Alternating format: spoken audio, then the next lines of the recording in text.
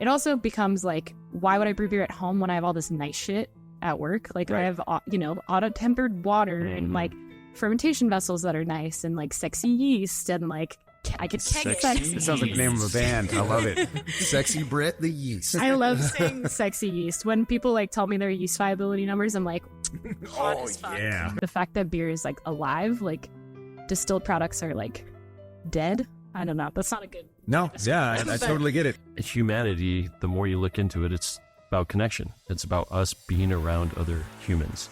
No one is an island. Is that what they say? That's why solitary confinement's the worst form of Yeah. retribution and justice. It's torture. And so, did y'all know you were doing God's work when you worked in the brewing industry? Yes. Yes. Next question. Wook water? What's that? Warning. May contain profanity, craft beer, substance control, sexy yeast, Star Wars burlesque, and door peanuts. I am Woodstock. Yeah, let's go. Cheers, everybody. Cheers. Let's get this Cheers. podcast started. Yeah, Thanks for coming down. absolutely. Also, swearing and all that is perfectly fine. Yes. That was going to be my next question. Fuck. So there you go. I curse like a sailor, so. Yeah, this show is not for children. If my kids do listen to it, they will not be surprised because I swear like a sailor at home. But as a responsible father, I feel that I have educated them that those are adult words, and until they learn how to use them, they're not allowed to. It's good parenting. So we're at Great Divide, one of the top breweries in Colorado, in my personal opinion. We've done some barrel-aged everything, or BAE series episodes already. We've been to Sherman, Texas, North Texas at 903. We've been out to Maui Brewing. We've been down to the Saloon Door in South Texas. And now we're hitting up Colorado, which I think, nationwide is one of the premier craft beer locations. I mean, we've got the West Coast. Colorado, I would say, is right on that same level. And I'm very excited because my boy Sean, who knows way more about beer than I do, has introduced me to the Motor Oil that I am drinking right now, which is my favorite. A barrel-aged stout's probably my top pick always, but it is in the morning, so I'm going to be sipping on it. You might want to call it by its actual name. This is the Yeti barrel-aged edition. Yep, and it's barrel aged in Law's Whiskey Barrels, which is a local Denver-based distillery. And this is why I brought y'all. Yeah, also I've lived here for 10 years. So originally from Texas, like he's from Utah. We're originally from Texas, but I've lived here for a while. So that's why I was reaching out to kind of set things up, because I was like, all right, where's some places we want to go? And I was like, Great Divide is just awesome. So appreciate y'all taking the time. We're happy also you thought of us. we're also brothers, by the way. I If you can see hadn't that. put that together yet. I can see that. Yeah. And I lived in Colorado for about 7 years when I was younger. Lived down the road from, I forgot the name of the high school in Littleton. Not Columbine, the other one. Littleton. No, there's another one. But anyways, Yeah. South Gallup Drive for you locals, if you know South Gallup. Went to Damon Runyon Elementary, so shout out to Damon Runyon. But let's hear a little bit about our guests. Y'all just pick which one wants to go first. Tell us your name. Tell us a little about what you do for Great Divide. And then we kind of want to, hear a little bit about Great Divide itself, how y'all started, and a little bit about you personally too. Yeah. I'm Katrina. I am the HR generalist at Great Divide.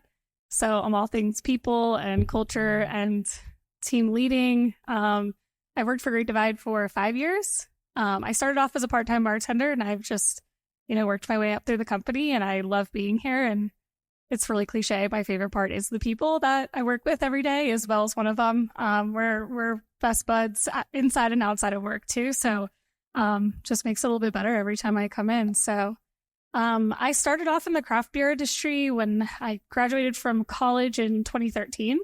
I've worked for a bunch of different breweries along the way, have done mostly taproom stuff, events, things like that.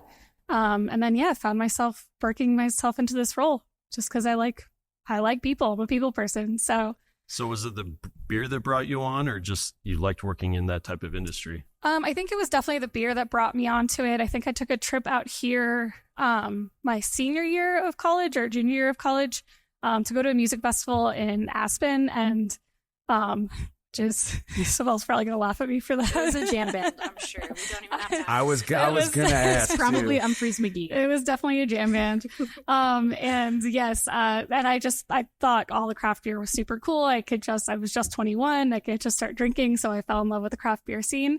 And then as soon as I started working in it, I was like, oh, like I really enjoy all of these aspects about craft beer. So I kind of just stuck with it. That's been my entire career so far, as an adult. So, I moved out here in 2015. So I've been out here for about 9 years, I'd say. From where? Florida. Yeah, Fort Lauderdale. Fort Lauderdale. Yeah, I went to school at UCF in Orlando. Oh yeah, the Yeah. Knights. Yeah, go Knights. Yeah, go Knights. For Lottie Dottie. Yeah. Do they have any good craft scene out there? Yes, Florida was slow to the craft beer world, but craft beer scene, but it's definitely picked up along the way. South Florida, I'm not sure how it's doing now, but when I left Florida, it was starting to pick up really well in Miami and Fort Lauderdale area.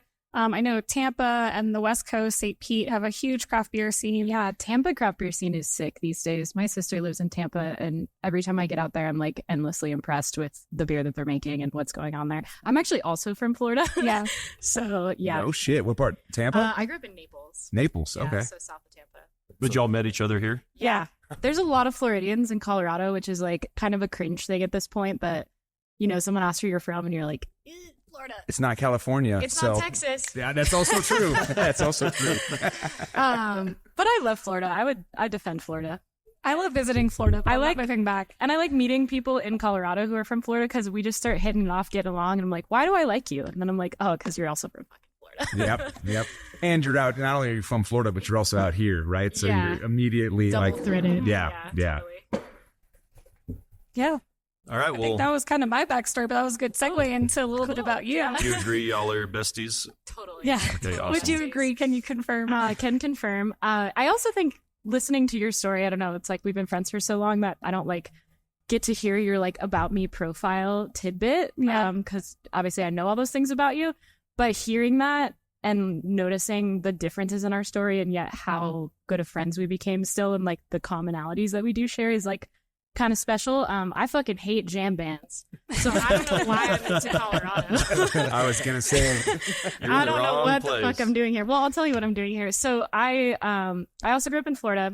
I went to school in upstate New York, and I have a degree in chemistry. So I got into fermentation as like a hobby, like brewed beer at home, did distilling at home, and I started working at a distillery, and like it bored the shit out of me. Like distilling is cool, and I love distilled products, but like, man, you just like make something and then you wait for like so fucking long. Yep. And my favorite thing about what I did at the distillery was like putting yeast into stuff, watching fermentation happen. Like I cared mostly about fermentation, and that is just like such a minor part of the spirits industry. And so I really wanted to get involved in beer because I'm like, I find yeast so interesting. I find microbiology so interesting. I've always brewed kombucha, like I've always brewed beer at home. So I just wanted to transition into that industry. And it was kind of hard to find a brewery to work for right off the bat in upstate New York. I lived in like a pretty small town and there wasn't a lot of spots. And after like a few misses, I moved back to Florida at the end of 2019. Kind of weird because that was right before the pandemic. So I got lucky as fuck. Like I would have lost my job and like been stuck in New York, like doing Lord knows what. You look back and say, yeah, the timing couldn't have been better, right? Yeah, and I like Finance. Yeah.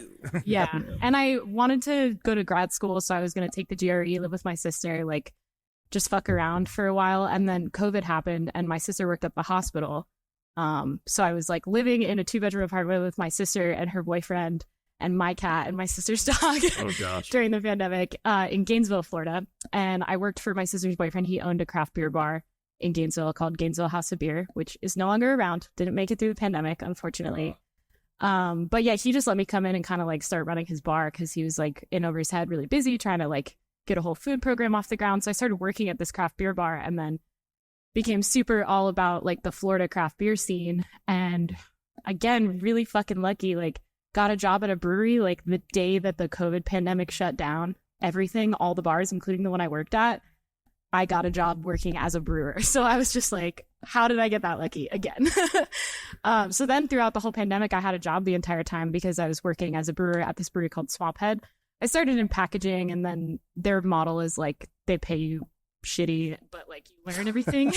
That's their about model. brewing. You know, that is kind of like unfortunately how people get into the industry is you just take like an insanely low paying job and then like trudge your way up the ladder. And yeah, again, I must just be a lucky son of a bitch because right place, right time. Like I got in as a packager, like the right people quit, the right people saw potential in me where I got trained quicker than everybody. So I just like ripped through their training program in like 9 months. I was a fully signed off ship brewer. And I also have a degree in chemistry. So like that didn't hurt. Yeah. So yeah, I was a brewer there, and it was like the end of 2020. And I was like, you know, I'm not really making great money. I didn't really want to like move back to Florida. Like, I don't really want to live in Florida.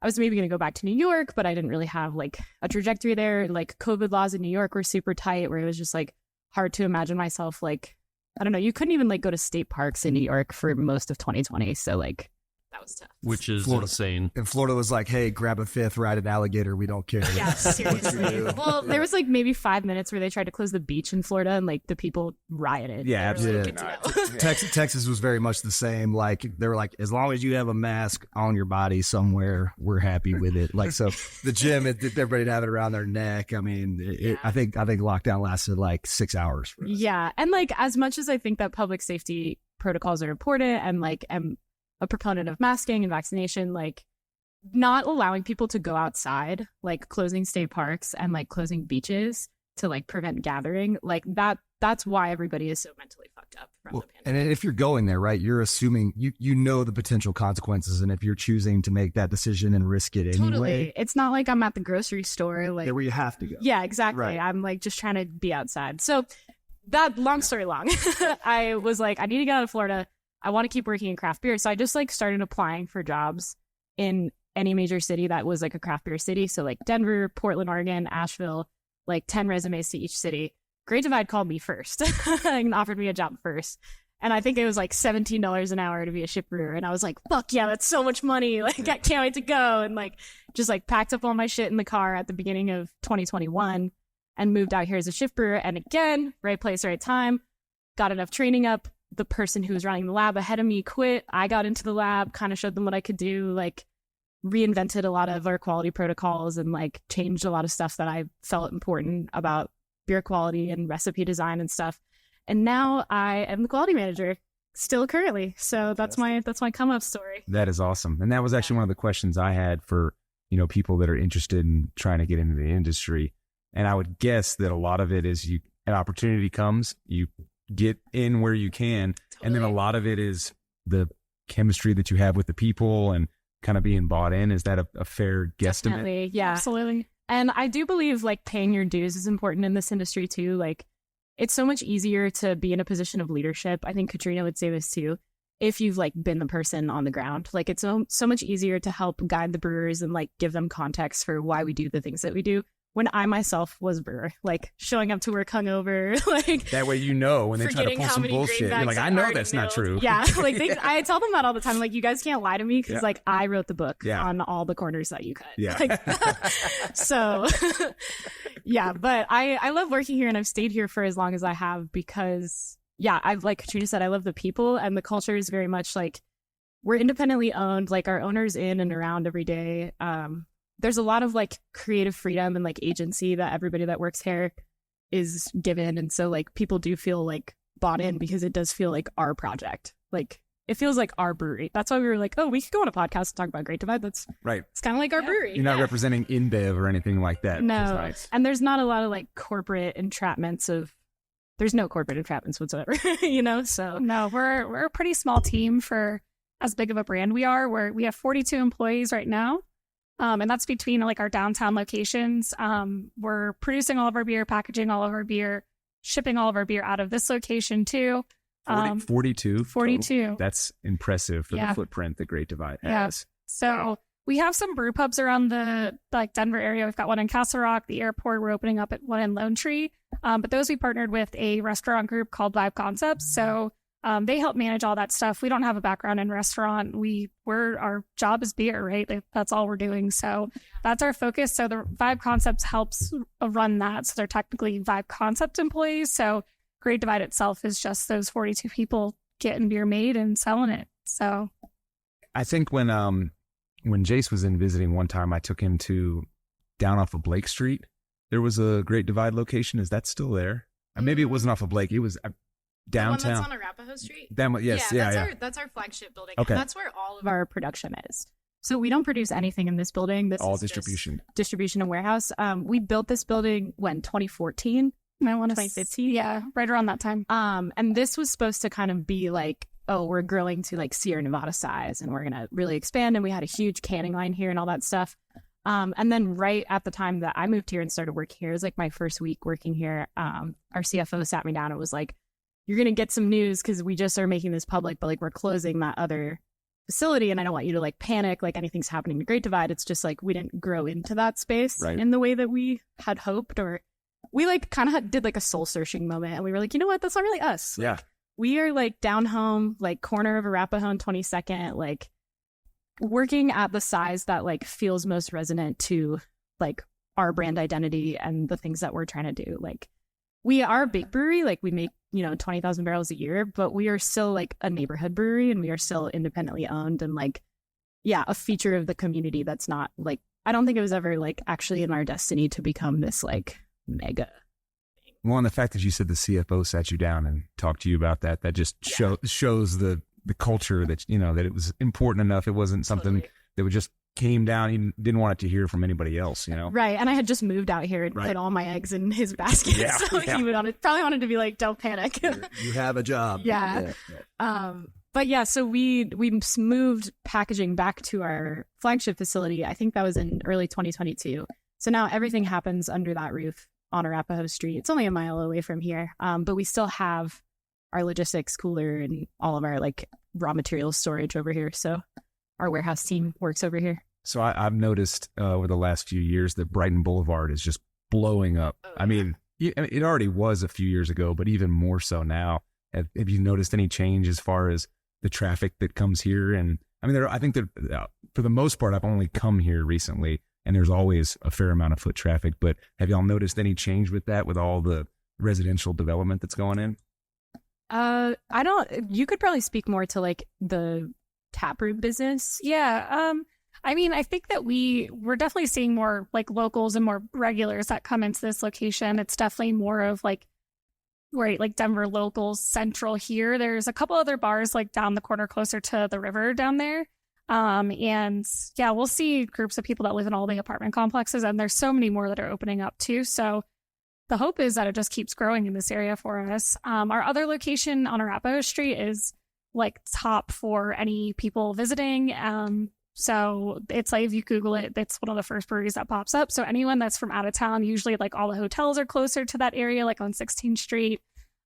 So yeah, people will come in and they're from out of town and they want to know where to go. So it's definitely a different dynamic as far as like our bartenders and our taproom staff when they're working at each different location of what they're going to get throughout their days and what kind of people that we talk to. But it is nice because we have the two locations and we get a little bit of everyone between both of them. So if you showed up here expecting a tour, you would probably be somewhat disappointed just because, I mean, you could see distribution, I guess, but other than that, is at the 22nd Street location. Yeah, we do tours over at 22nd Street. I've been on it a couple of times. I don't know. Looking at the production cooler is pretty impressive. Oh, no, I agree. Sometimes I just stand in there and like, there's so much fucking beer in here. Yeah, we can show you guys around how we finish up. So yeah. And this half of the building now, this is like a funny aside.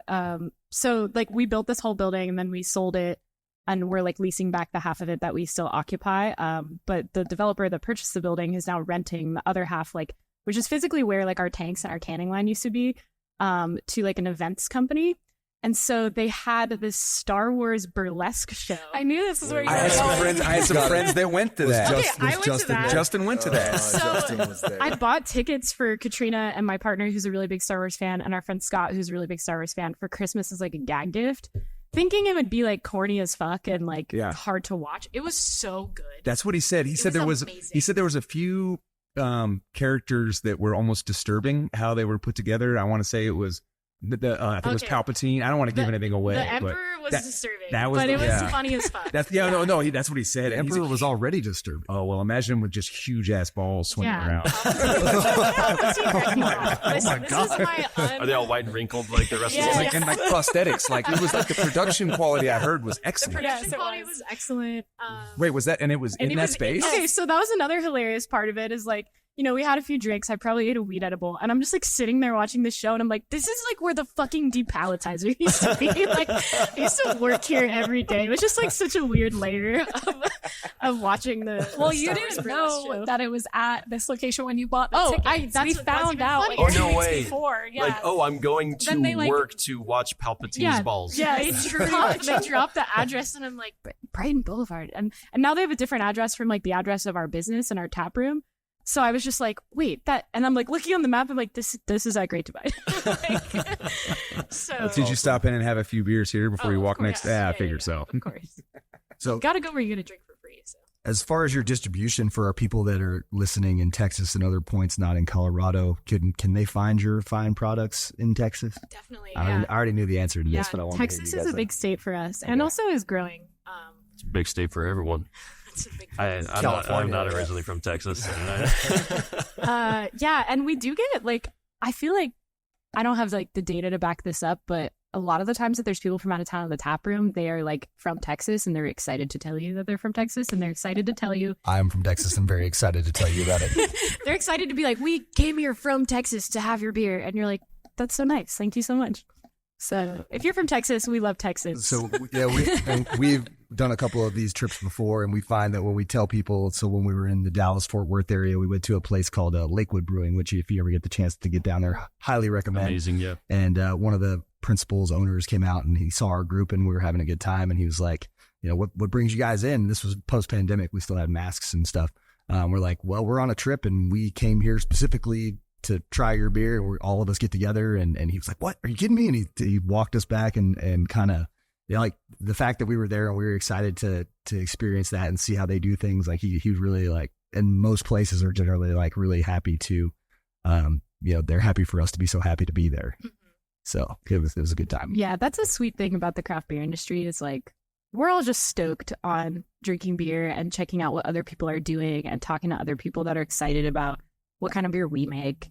Like, it is kind of like a good vibes only. So the community supports each other for the Definitely. most part. You guys don't have like Yeah. Sharks and the Jets rivalry with anybody. No. I'm sure there's some rivalry amongst some salespeople just because Yeah. salespeople are like that. Yeah, I guess I'm coming But- to it from like the production angle where like there's many breweries in town that I have homies that brew at or do QC. And if we need like a box of hops and our order's not in yet, like going and picking up a box of hops and being like, I'll get you when, you know, my citrus ships. So there's a lot of like energy like that. I think I could call out almost any brewery in town and like know somebody who knows somebody that works there who would like lend a hand. So that's cool. I've noticed there's certain industries that it's all about taking out your competition. Craft beer is not that. The amount of collaborations you see, it's kind of heartwarming. It's wholesome. And we're talking about alcohol here, which typically you wouldn't think of a wholesome thing, but it speaks volumes. Speak for yourself. Well, I was raised Mormon, so get over it. But This is true. Okay.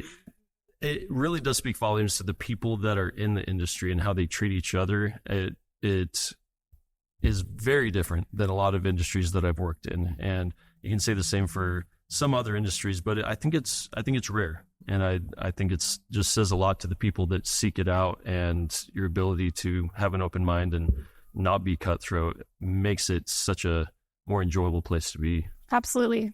You know, beer brings people together. So I mean, yeah, look at us. I mean, Yeah. not to toot our own horn, but part of the reason we like to do this is so we can get to meet folks like yourself and just have conversations, have some beers while you're doing it. It's generally the energy is just, I mean, it's awesome. Do you want to hear how we all met? I was just going to ask about your backstory. After you. May I? So he and I actually met 38 years ago in the Leftovery. left side, but it's a brother joke. Okay. I was like, wait, you are brothers though, right? Right, yeah, That no. was the thing. Okay, We're not got twins. it. We're not twins, but we're roommates. If that makes sense. We just okay. we resided there at different times. I just picked up his lease after him. So. So we grew up in a suburb outside of Houston, Texas, called Sugarland, which is why we're so sweet. He's High said this school, before. but, yeah, I never. was thinking that. Honestly. That one was premeditated So, for sure. so after college, he was the first one to jump on the oil shale boom train in the Bakken oil shale play up in Williston, North Dakota. So he moved up there, and I was going through some life changes at the time and needed to get out of Houston to kind of take on a new role, see some new scenery, switch some things up. And he's like, "Hey man, it's going on up here. Come up and work." And he's like, "I met this really great guy." And I'm like, "This is my bestie." And he's like, "You met a great guy?" Oh yeah. And he's like, "Yeah, this guy Jace, man, he's really cool. He likes the same stuff we do." And I'm like, in my heart, I'm like, this motherfucker, my brothers, someone's trying to hone in on my bestie. And so I freaking throw all my stuff in the truck and I drive up there and I'm like, we walk in the house and there was like a moment where Jace and I were just looking at each other across the room and I was like, "You're not going to supplant me, you son of a bitch." and like 48 hours later, Sean's like, "Well, I'm going out of town. I'm going to leave you two guys together. Bye." And so, Jace took me out on the town and showed me the bustling metropolis of Williston, North Dakota. He's like, "It's not as bad as everybody tells you it's going to be. There's a lot of stories, a lot of rumors." And we turn a corner and there's two guys rolling around fighting in the street. Like, nice. Okay, maybe it is quite that bad.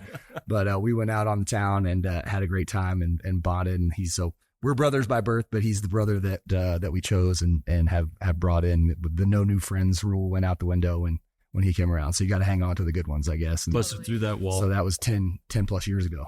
So And now they're my co-hosts on Here we are. BAE, Barrel Aged Everything, Barrel coming Aged to you every time we drink. Speaking of which, tell us a little bit about the beers.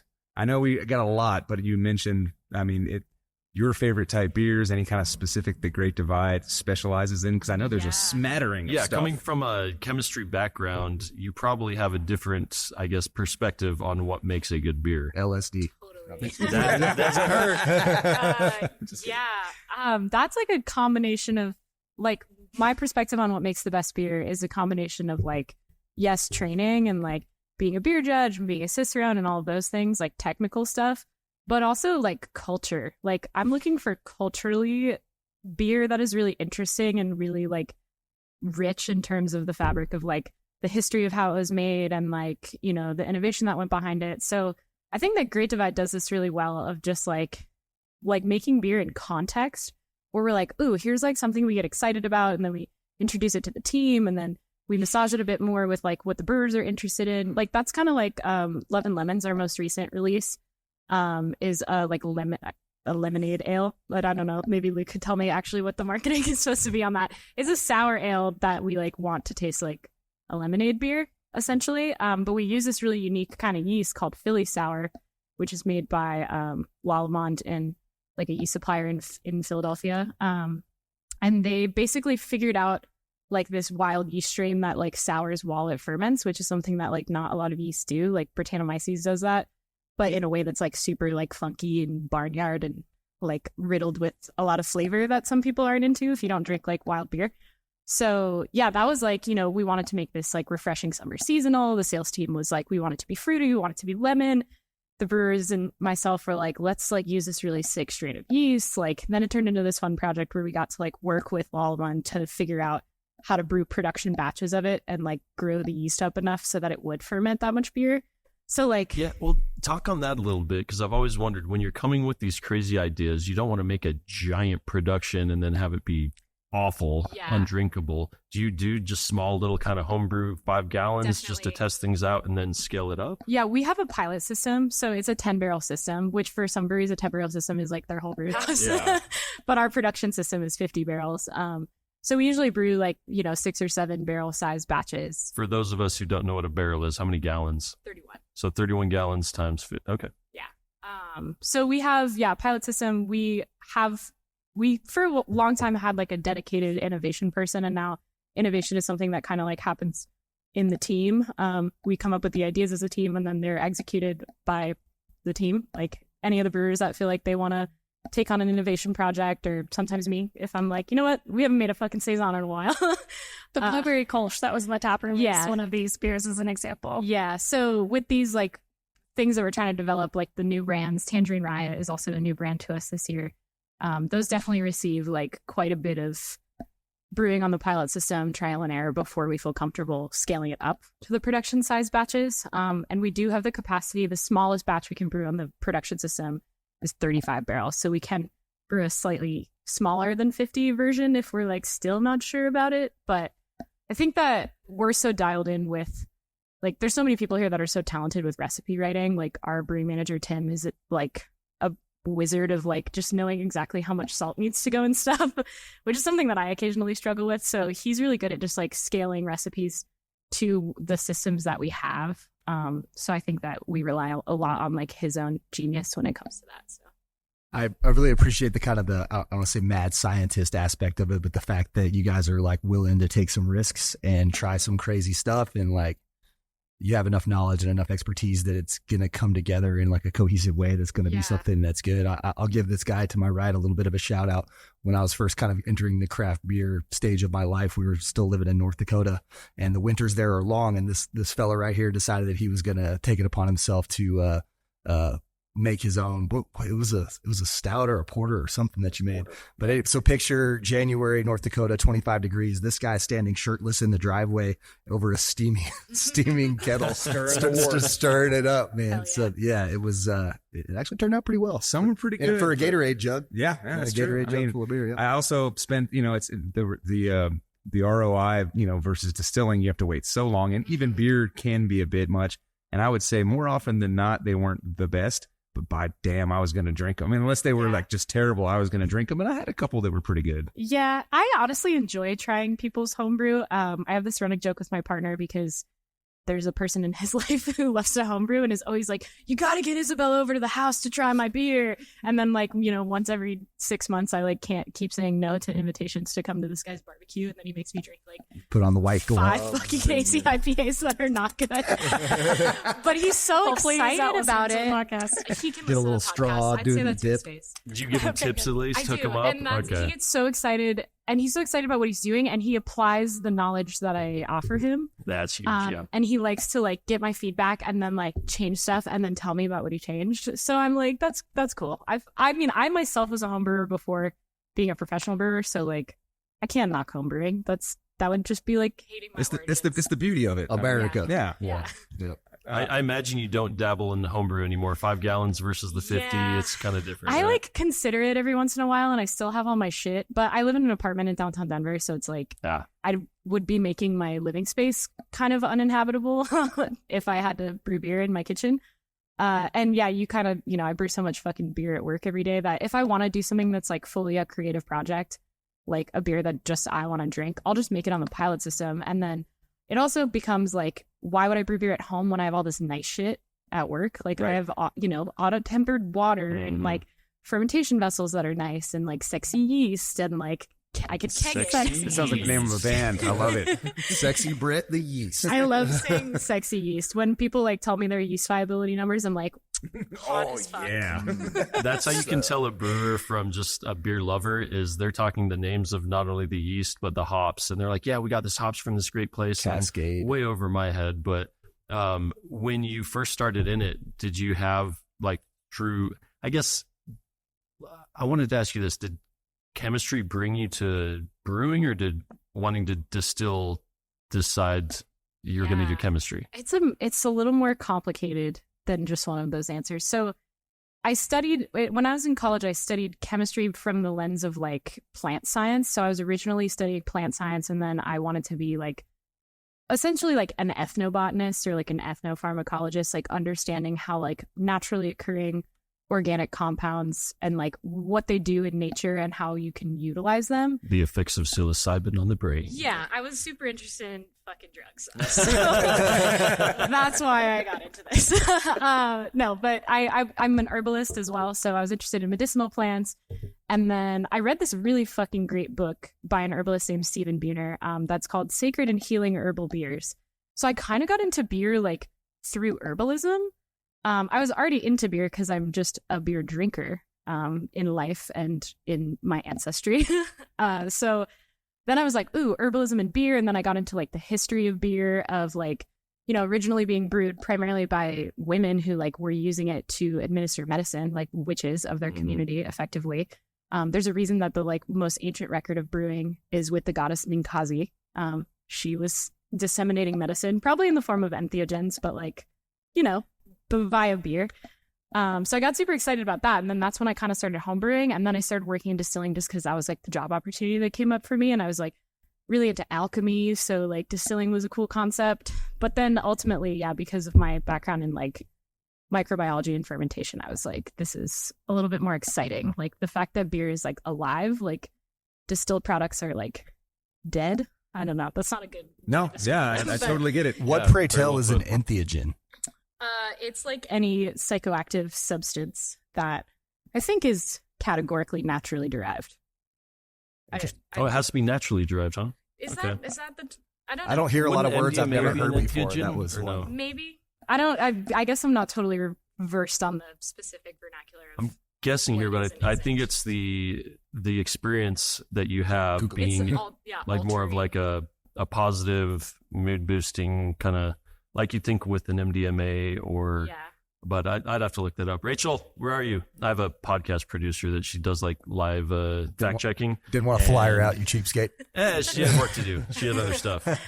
Yeah, but the idea of like beer as a medicine and being like a vehicle to deliver medicine is something that's always really fascinated me. So that's like a very weird place to stand in to now work like for a production brewery, like in the middle of like a featured craft beer city. And then I'm just like, actually this weirdo that's like, oh, but you know that beer is like medicinal, and also we could put all these weird plants in it, and also it has this like crazy history of being like a substance that people use to kind of like elevate an experience, and it's still used that way, even though like maybe the use is not as intentional or like conscious as it used to be. So like More recreational than spiritual like it used to be. and there's definitely something to be said about like the direction like drinking culture in the West has taken in the first place. And I mean, I'm sure being from Utah, like you kind of grew up thinking about that all the time, being Mormon. And yeah, I mean, I have a history of like alcoholism and alcohol abuse in my family. So it's like this weird line that I walk of like beer is medicine. It brings people together. It's something that I'm like so creatively passionate about, and that I think like has this really beautiful application in social groups. And like, and yet there's so many things that are actually harmful about how it's utilized, and some things that are harmful about the craft beer industry too, like the pushing of like certain drinking culture tropes, I should say. So it's like, are you looking at it as a life enhancement or a life escape mechanism, right? Like you got homeboys down in Texas slamming 34 bush lattes in an afternoon and like, you know, getting blackout blitzed. Probably not the way that, you know, from the spiritual experience that it was drawn up to be as far as product or methodology. And not even to knock slamming like 30 bush lights, because like that's a spiritual experience. I talked to God many Doing times God's during work. those My, moments. my red Yelled his name. cousins from upstate New York would beg to differ. I've had some fun times in their fucking garage, skinning deer. So, but it's just, Getting deer. I think that there's a way to like move through your life intentionally, and like I don't think that the problem is even like misuse or abuse. It's like like lack of intention or like awareness of like you know what you're doing, what you're after, like what your goals are. And I think like you said, escapism versus like what was the other word? Enhancement. Enhancement. I like that. Yeah. I think it's partly letting the substance control you versus the other way around. When I talk to anyone who's talking about psychedelics, they always say that phrase dose, setting, and that goes for alcohol as well. You know, you need to know your dosage. What's your mindset when you're going into it? They say don't drink angry, and then the setting is like, where are you? Are you by yourself in a dark room crying, or are you out having a social, like humanity? The more you look into it, it's about connection. It's about us being around other humans. No one is an island. Is that what they say? That's why solitary confinement's the worst form of retribution justice. It's torture. And so, did y'all know you were doing God's work when you worked in the brewing industry? Yes. Yes. Next question. Perfect. I got one. Damn. All right. Go ahead. No, you're right. So this is I guess it could be for both of you, since one aspect could be production, the other could be marketing. So in Texas, we've been seeing in the last year or so a lot of breweries shutting their doors. So we've seen a pretty drastic reduction. I think Austin's had close to 100 that have shuttered up. We've lost 2 of our favorites in Houston in the last 6 months. You got your shirt on right there. Shout out to Ingenious, formerly. RIP, and James Carlisle and his crew over there did some really groundbreaking, pretty amazing stuff. Some of it maybe mismanagement, some of it market saturation, maybe some of it changing consumer behaviors and tastes. You know, everybody's into skinny cocktails and stuff, and people wonder, has craft beer had its day? I guess for my question for y'all is, you know, what are you guys doing as a company, as a group, to continually be innovative and to maintain your relevance and continue to kind of keep your culture and grow in the way that you want to? Yeah, I mean, Denver is no different as far as all the breweries that the doors have closed. I don't know any of the numbers or anything.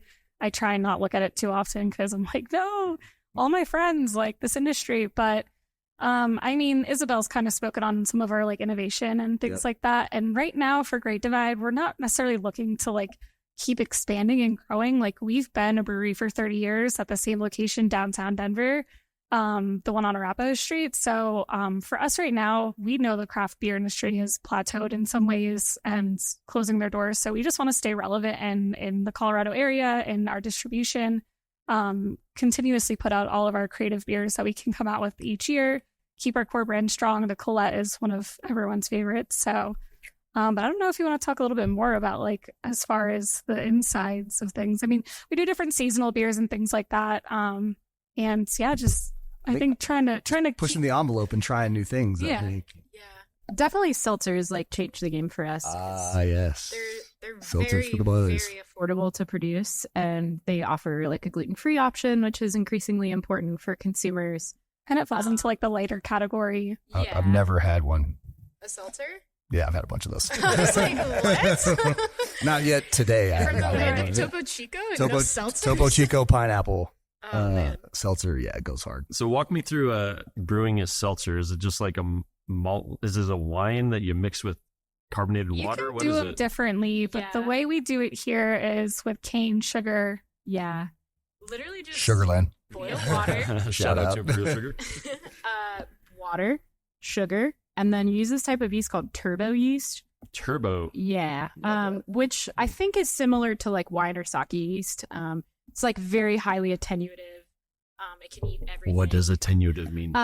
Like it can turn much sugar into alcohol. Okay, got it. Attenuation, is like how much sugar can something eat? Like how Does the far will it turbo- go? It's a spicy yeast. Yeah. It's very sexy. Yeah. sexy, highly sexy. No, is it the opposite of sexy? Is this like the basic yeast? I don't know. For me, like I'm defining sexy yeast as like, you know, fluffy, like slurry that like smells good, and like when you taste it, you're like, ooh, I can just tell that that's gonna like do good fermentation. And you look at it under the microscope, and it's like all really healthy, like and the cells extra. are dividing.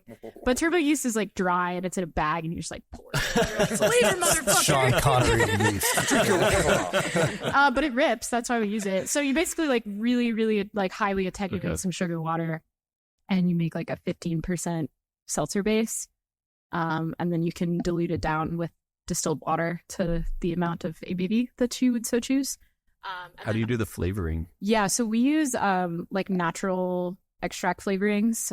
So they're all like distilled products, naturally derived. Like purees and stuff? We don't use purees in our seltzer. We just use these like essences is what they're called. But some people make real fruit seltzers and put fruit puree into their seltzers. And I think that's cool. I like real fruit seltzers. Are y'all going to get into the hard kombucha game? And is hard kombucha bullshit? I've always wondered. What is that? You know, I don't know. I'm kind of like not sure about what hard kombucha is either. And I've wanted to like go just take myself on a tour somewhere to like figure it out. I know a couple breweries that I don't think I'm allowed to say that I know that they brew certain contract hard kombuchas, but I like kind of need to like have a beer with their QC people and be like, well, how is this done? Because in my experience of making kombucha, like it's really hard to make alcohol while you're making kombucha. Like the microbes that make kombucha like don't want to make alcohol. Wouldn't they die in a higher point alcohol? Or no? Yeah. right? Like the I don't- whole point of kombucha is have probiotics and all that. So Totally. And your so guts are happy. it's got to but- be like a co-fermentation thing. Like it's got to be like first you make the kombucha and then you like add brewer's yeast. Or maybe you pour it into high point alcohol and murder all the probiotics that But you just people created. people that are saying that like drinking hard kombucha is like good for your gut. I don't. It just doesn't make sense. I am way far separated from my like physiology and pre-med days, but it just doesn't make sense. I'll have my Greek It yogurt, tastes good, though. Jello shots. Shout out to Thank Flying you. Embers. Yeah. First time I ever had one, I was like, kombucha. And then I realized it wasn't actual kombucha, which is why I liked it. Yeah. I have this issue with hard kombucha where it's like stinky. You know when you have sake and it's I thought you liked kombucha. I love kombucha itself. And kombucha's not stinky to you? Hard kombucha has this like it's a yeast character flavor that I'm picking up. It's like a sake fermentation character. Okay. And I like sake too. But something about the way that it appears in kombucha that's supposed to be like an effervescent, fruity, like crisp product. And then it has this like base note of like dirty sock dankness. Like, that's not really my thing. That could be I a turn also- on for some people. I also fuck with taking like plain kombucha and putting like tequila in it. Like that's what people should be doing. Yeah. Like kombucha Just a cocktail. little floater. Yeah, a floater. Exactly. It's like a ranch water, but I don't know, a hippie water. Hippie water. Who San drinks Francisco kombucha? water. Is it typically hippies? I would say or hippie water. Is Okay, yeah. somewhat Oh my god, accurate. Wook water. Oh god, yes. Wook water? What's that? That's hard kombucha. What's Wook? Oh, Katrina, you didn't know how to answer this question. These are your people. A wook would be maybe someone who like follows around like a jam band and like maybe doesn't have specifically like maybe doesn't have like a job and like borrows everything. So half the typically would- population of Denver. Oh yeah. Yeah. probably would have Okay. drugs on them. I'm old. We call those stoners back in the day. Yeah. Roadies. Wooks maybe take it to another level. Wook water. like- Maybe they Alright. haven't bathed in a couple days. My thing about Wooks is I that don't they're know. not I don't wanna- contributing to society. I don't want to put all Wooks in a category of a negative. Like it's dangerously close to lumping in By Wookiees. definition, it is negative. kind of though. is, They yes. don't actually contribute to society, but I don't want to be mean. I mean, I'm not that's hearing just any, my I'm not hearing personality. any I don't want to hurt redeeming anyone's qualities feelings. here. Wooks can reclaim, wookness, just much like us queers have reclaimed queer and our queer like culture features. But like, yeah, the Wooks. I mean, Yeah, but The you are outside actual perspective- productive members of society. Like, is there Queers- room for people who are not? Oh, I take that you back. know, There's I- people who can't, help themselves. I'm who a wanna Creed help fan. people out. We deserve love too. We're out here.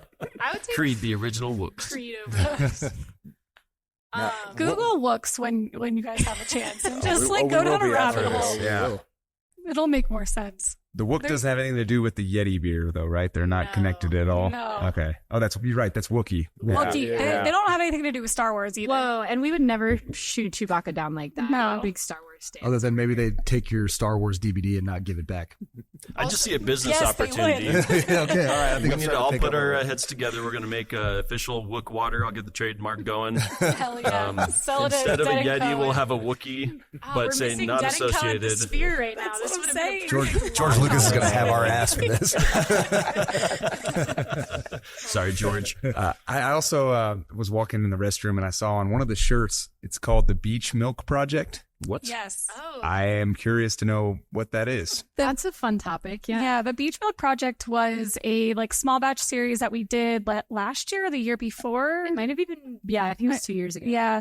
And we were like pumping out different pilot beers and we were putting them packaged so you could only buy these specific beers at our tap rooms. They weren't going out to distribution.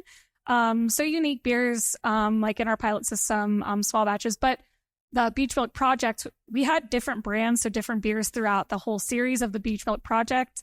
And it was named after that because the original building that we're in was originally a dairy factory. So, and it was called Beach Milk Dairy Factory, Beach Milk. I think it was like beach milk. Beach Milk. Yeah. It was from the Beach family that owned the dairy factory. Ah, I okay. don't know how long the Beach family owned this dairy factory. And over there, correct me but- if I'm wrong, there's somebody who came into our tap room when we launched the project who is like a beach descendant. Yes. Right? Yeah. Yes. So she still lives in Denver. I don't know her name. I didn't talk to her, but I remember seeing that she was here. Yeah. So that building is probably over 100 years old at this point. And I don't know how long it was the dairy factory. Maybe maybe it was built as a dairy factory. I'd have to do some more deeper research on We have the original. We have a photo of it, of the original building, hanging in our tap room over there at Arapahoe. So I'm so glad I asked that because I saw it and I was like, what the fuck is this? I love it. But I had no lovely idea. beaches here in Colorado. The beach milk project. So milky. and it is just like The an milkiest. interesting moniker. Where you're like, what the fuck does Well, that people mean? were going to ask me and I had no idea if I had the shirt what to tell them. Like, I don't, beach milk, you know? Yeah. You know, when you're on the beach and it's 100 degrees and you just really want a big old glass of milk. It was a bad choice. Milk was a terrible choice. Well, I'll have to give you one of those shirts because like that merch doesn't really move anymore because nobody knows what that project is. So it's kind of funny because we have like a big backstock of it at the brewing facility, and you can always tell when a brewer like got chemicals or beer all over themselves because they like suddenly have a fresh beach milk shirt on.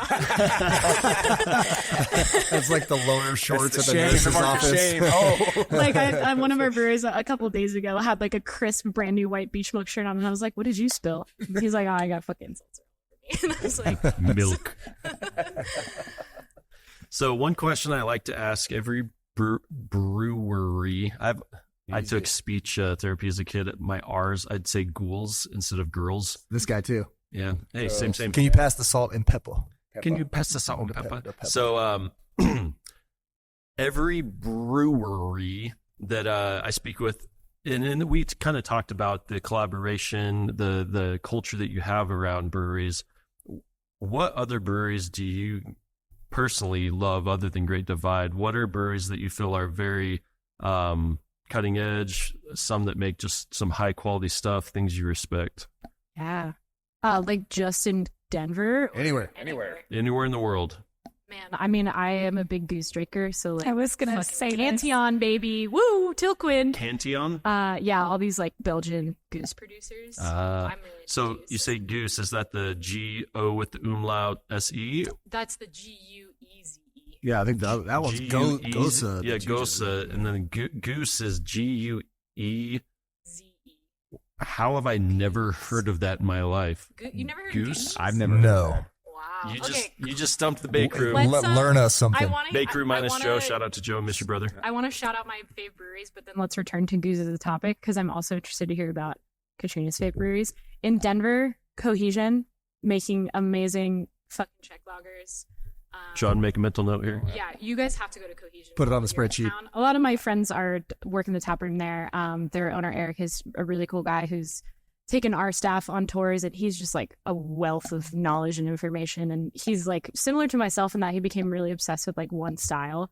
And then he just like studied that, like went to Czech Republic and like met as many people as he could, learned exactly how they did it, and built a brewery. So Became he a could master at it. So he just make Czech lagers exactly how he wanted them. And it tracks. They're so good.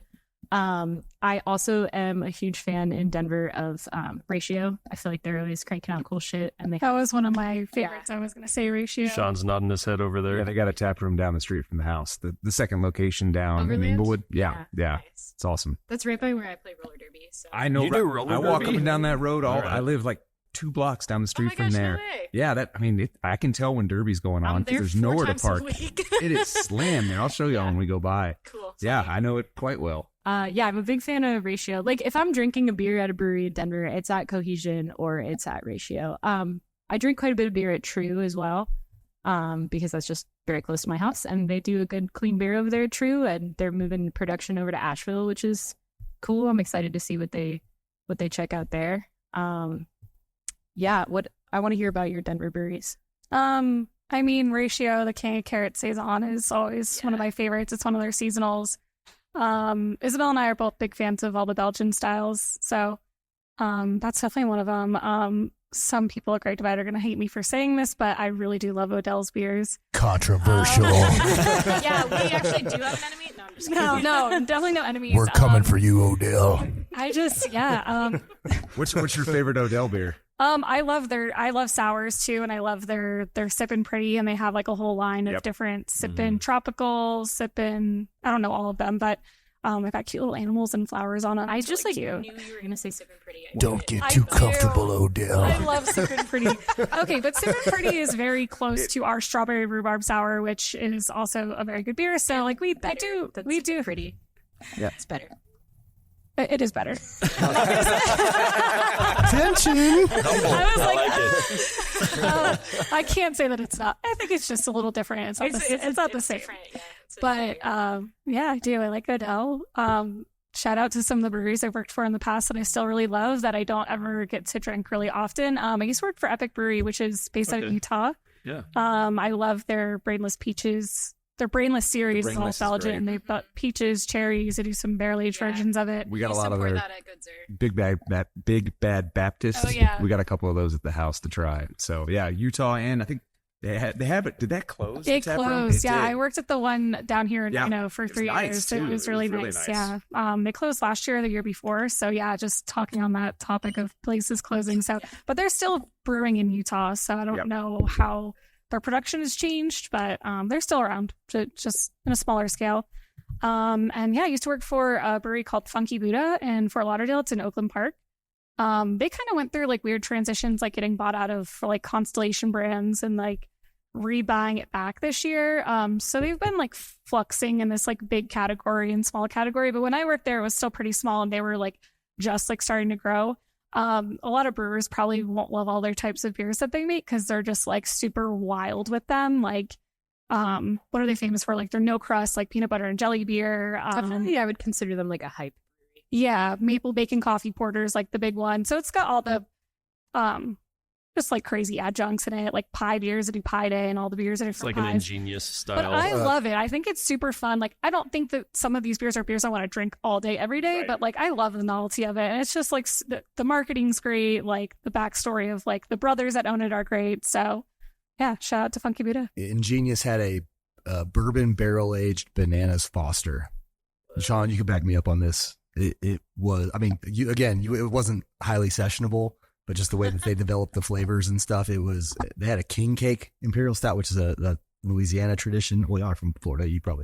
They did some weird stuff. Blueberry cheesecake stout. It just all very like ice creamy. Just in general, and there's a lot of stuff I know. Weldworks up in Greeley, I was just thinking about that. I'm like, I don't know how that didn't come out of my mouth and yet. they do stuff. Hype. And I was gonna say WeldWorks for you also because I know you like the ones That when they Fruit make the Loop fucking beer. Fruit Loop Yeah. ones. Oh my gosh, I love the Fruit Loop beer. Can't get behind it, but Well, I'm glad that you like it. And they make great stuff, but and you taste a sip and it's like, holy shit, that tastes like whatever is described. But I try to get through a whole can. Sometimes it's tough. I think the I have, lactose like- sugar in all those beers is really what gets me. Yeah. I'm just like, I wouldn't drink like 4 glasses of milk. Like, I don't know, I'm gonna drink. Which is basically what you're doing, right? So I think I have like trauma around breweries like that because the brewery I worked for in Florida was a bit like that, where I think this is how we like survived the pandemic is like our tap room was closed. And so we released like 3 or 4 new beers a week. And we accomplished that by just like making like batches of beer and then like separating them all out into like different adjuncts. So there was a time in my brewing career where I literally just like dry hopped lactose every fucking day, putting like vanilla wafers and shit, putting fucking peanut butter and shit, making fucking peanut butter and jelly stouts and making coffee beers and like 3 or 4 per week. per week. Oh, Yeah. it's a lot. I played a lot of Call of Duty and drank seltzers during the pandemic. Yeah. So I was dry hopping lactose and sweating my ass off in Florida.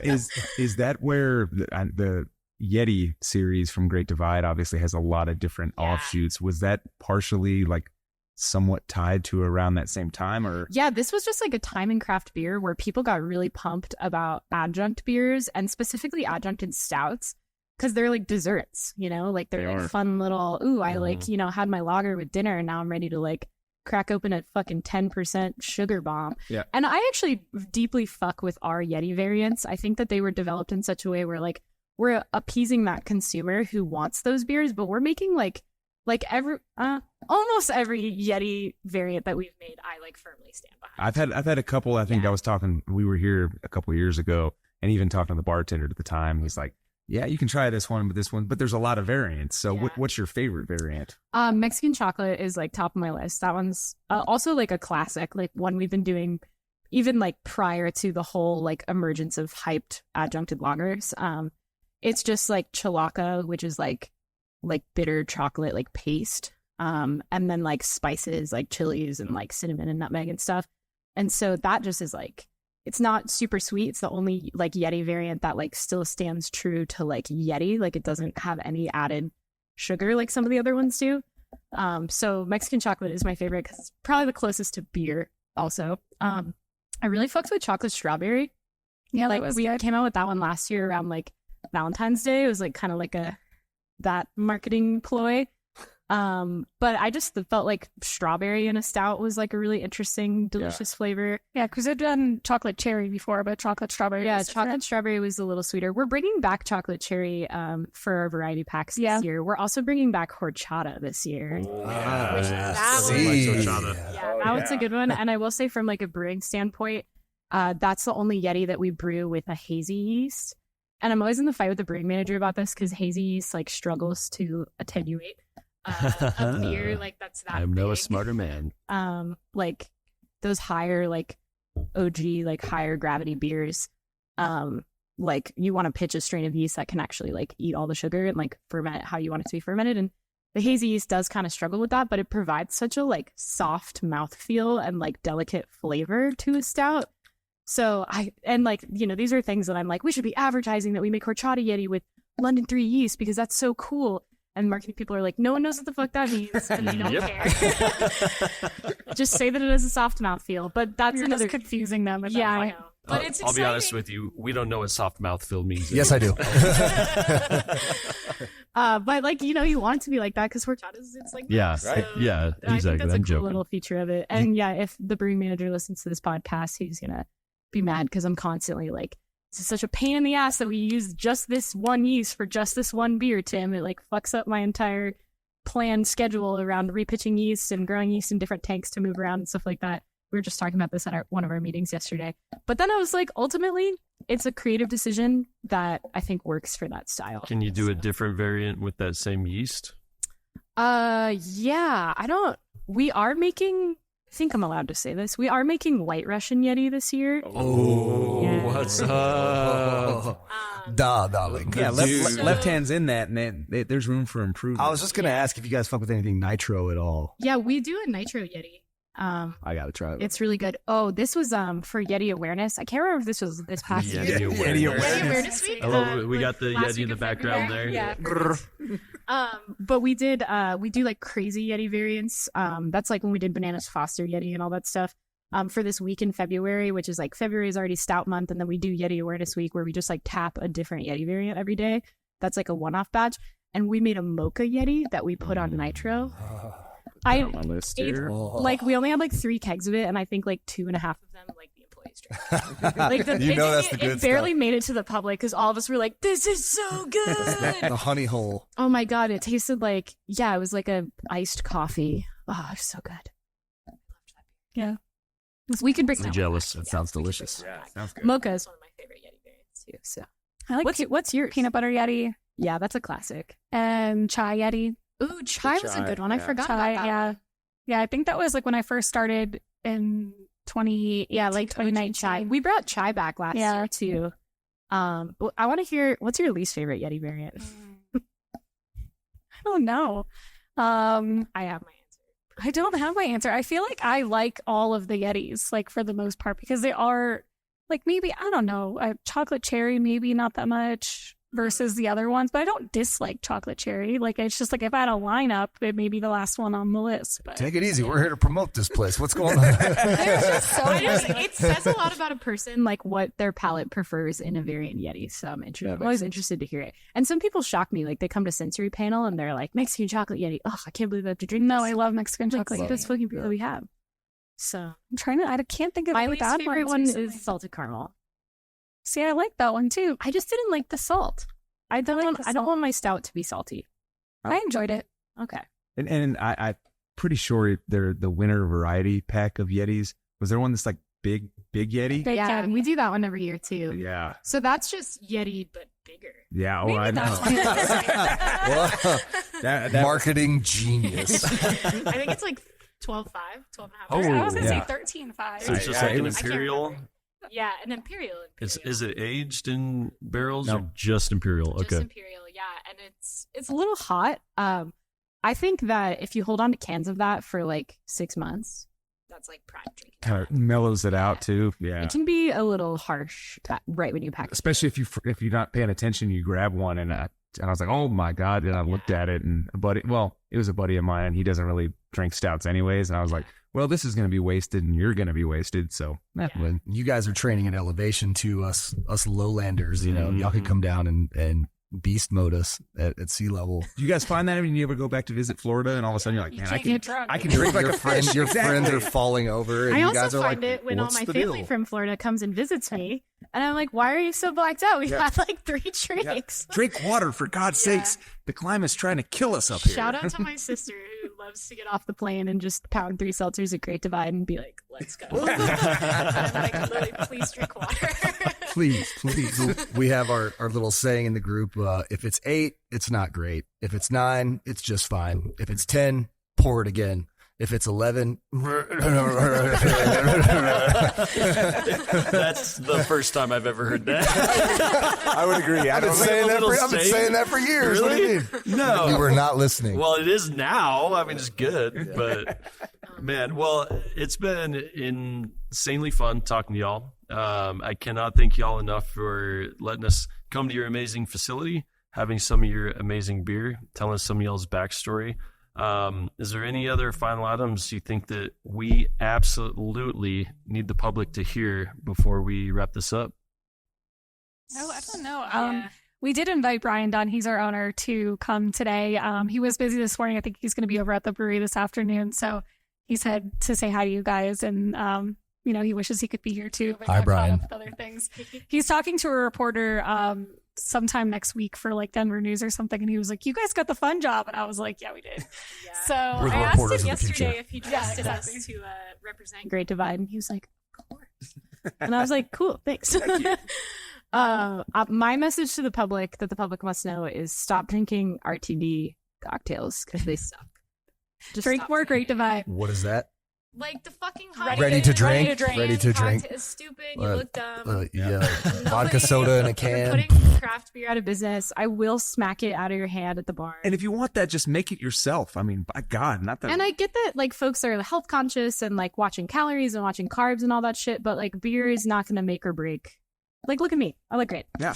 Yep. Beer is not going to make or break your health and wellness plan. And I think that, we want to be conscious of like craft beer is kind of on the decline. The state of the industry is not as like hopeful as it once was. And I think getting people excited about like beer being cool, beer being interesting, beer being multifaceted, beer being delicious. So much more variation and nuance to it. And just like mass produced anything never sits well with me. I'm a total like make everything yourself, buy everything locally, grow your own food if you can. So I have the same philosophy around drinking beer. Don't get me wrong, I'll crush a Miller High Life, but like or 10 and have or done 10 so yesterday. But yeah, there's just something to be said about like, taking your mentality around like hyper locality and like extending that to all of your habits and practices, including what you drink. So. Well said. Amen. Yeah. Thank you so much. Thank you. Hopefully we'll be meeting up again. And as I always say, the best conversations are off the mic. So let's get some of the good conversations. Yeah, I want to hear about a goose. Oh yeah, we're gonna talk about the goose. All right, everyone in the public, look up Goose. Reach out to me directly if you want more information about Belgian beer. Well, It's my passion. so it's Belgian. Yes. It's a Belgian style of beer that is only produced in the Seine River region valley of Belgium. Cantillon is the oldest goose producer in Belgium. I used to work for this sour beer bar in Denver called Goodzer, which has since closed.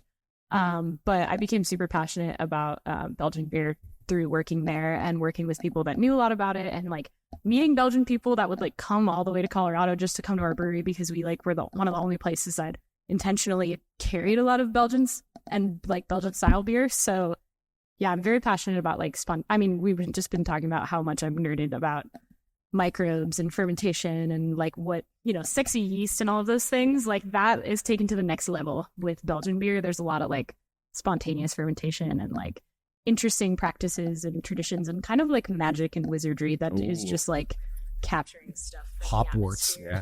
Hopworts. So yeah, look support your local breweries and also import Belgian beer because it's really interesting. Hear that, Jean-Claude? We like your beer. And Adrian, make sure the warning on this one has sexy yeast. We need to make sure people know. Is that the editor? Trigger Yeah. warning. Okay, I was like, Shout out to Adrian. Hey, Everyone I say hey. appreciate you, Hey. Adrian. Thanks, Adrian.